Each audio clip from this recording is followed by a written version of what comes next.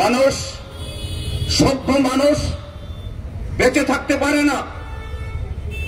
কাজে বিদেশে গেলেও এই দেশকে ব্রিটিশ সাম্রাজ্যবাদ থেকে মুক্ত করা দায়িত্ব তাদের। তারা গড়ে তুললেন একটা বিপ্লবী মঞ্চ, যার নাম গদর পার্টি। গদর মানে রেভলিউশন, বিপ্লব। এটা গোটা ভারতবর্ষের এই স্বাধীনতার সংগ্রামীদের আকাঙ্ক্ষা। এই শব্দটির মধ্য দিয়ে তারা কিভাবে এই বিদেশের মাটিতে থেকেও ব্রিটিশদের তাড়ানো যায়। শুধু আমেরিকা, কানাডা, ইউরোপ না, এমনকি অন্যান্য দেশের যারা শ্রমিক তাদের মধ্যে আস্তে আস্তে ছড়ার চেষ্টা তারা করলেন। এবং এইভাবেই এই গদর পার্টি জন্ম হয়।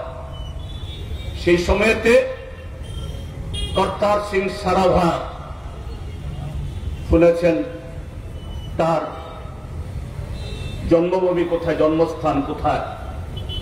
আমাদের আজকের পাঞ্জাবের লুধিয়ানার একটা ছোট্ট গ্রাম।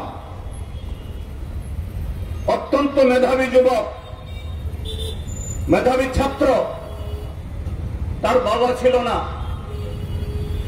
ঠাকুরদার আদরে যত্নে বড় হয়েছেন এবং মেধার জোরে সেই সময়তে একটা স্কলারশিপ পেয়ে তিনি ইউনিভার্সিটি অফ ক্যালিফোর্নিয়াতে ভর্তি হয়েছেন।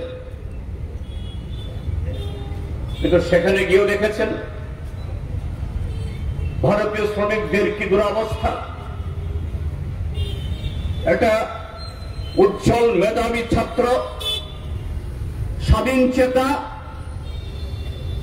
সে মানসিকতায় তৈরি হওয়া যে কোনো যুবক, তার যে মেধা এবং যে ইউনিভার্সিটিতে ভর্তি হয়েছেন, অনায়াসেই সেই সময়েতে তার হাতে একটা সুন্দর একটা ভবিষ্যতের হাতছানি ছিল, কিন্তু সে হাতছানিতে তিনি গণ্যীভূত থাকতে পারেননি।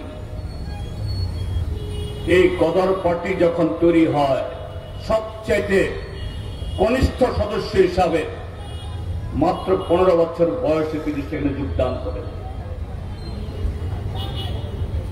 সেই সময়তে প্রথম বিশ্বযুদ্ধ চলছিল। সেই বিশ্বযুদ্ধ যখন চলে, এই গদর পার্টির যারা সদস্যরা তারা ভাবলেন যখন এই দ্বিতীয় বিশ্বযুদ্ধ, এই প্রথম বিশ্বযুদ্ধের তামামা, এই সুযোগে দেশে ফিরে দেশের যুবকদের সংগঠিত করে ব্রিটিশদের উৎখাত করার জন্য সেভাবে বৈপ্লবিক কর্মকাণ্ড গড়ে তুলবেন। তিনি তার পড়াশোনা সমাপ্ত করে দেশে ফিরে আসলেন এবং ঘটনা শুনেছেন। সেখানে চর, ব্রিটিশদের চরদের তাদের হাতে খবর চলে যায় এবং আরো অন্যান্য বিপ্লবীদের সহ কর্তার সিংকেও সেই লাহোর ষড়যন্ত্র মামলা আরো হয়েছে। এটা প্রথম মামলা। সেই মামলাতে আরো 62 জন বিপ্লবীর সাথে কর্তার সিংয়ের নামও সেখানে গেঁথে দেওয়া হয়।